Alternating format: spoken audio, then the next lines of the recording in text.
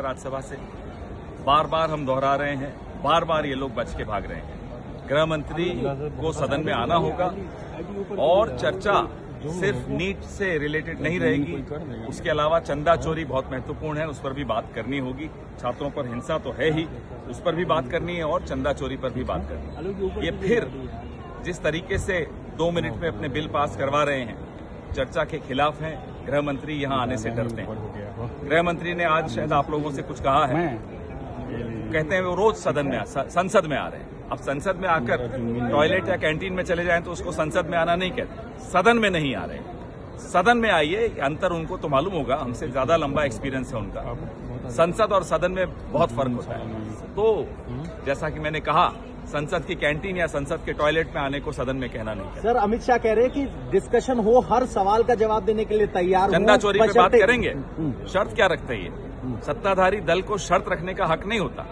शर्त ये देश रखता है विपक्ष के माध्यम से, और विपक्ष डे 1 से कह रहा है कि चर्चा होगी तो चंदा चोरी पर भी होगी, चर्चा होगी तो छात्रों पर जो पैलेट गन्स चलाई उस पर भी होगी, AK-47 चलाई उस पर भी होगी, कील लगी लाठियां चलाई उस पर भी होगी।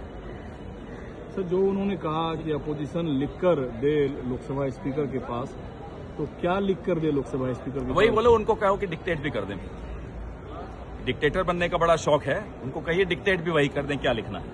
अरे स्पष्ट तौर पे ऑपोजिशन डे 1 से कह रही है, चंदा चोरी पर, नौजवानों पर हिंसा हुई है उस पर, पेपर लीक पर, आत्महत्याएं जो छात्रों की हुई हैं उस पर, पैलेट गन्स पर, AK-47 पर, सब पे चर्चा होगी। क्यों डर रहे हैं? और अब जब 17-18 दिन गुजर गए, अब आ रहे हैं मीडिया के सामने। कभी देखा आपने पहले कभी गृह मंत्री को इतना डरा हुआ? गृह मंत्री तो ये कह रहे हैं कि जनता तय करेगी कौन भाग गया, हम डिस्कशन के लिए जनता तो देख रही है कौन है भगोड़ा।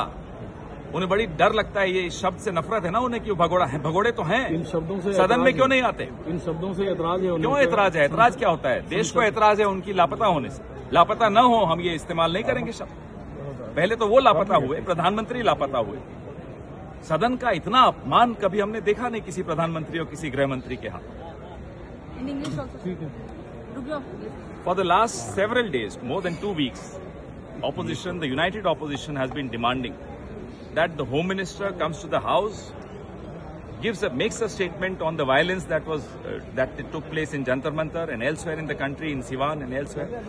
Also, the Prime Minister has to come to the House and give a statement and apologize on Chanda Chori, because the trust was created by the Prime Minister himself for a temple which was constructed by the order of the Supreme Court, for a trust which was made directly under the supervision of the Prime Minister.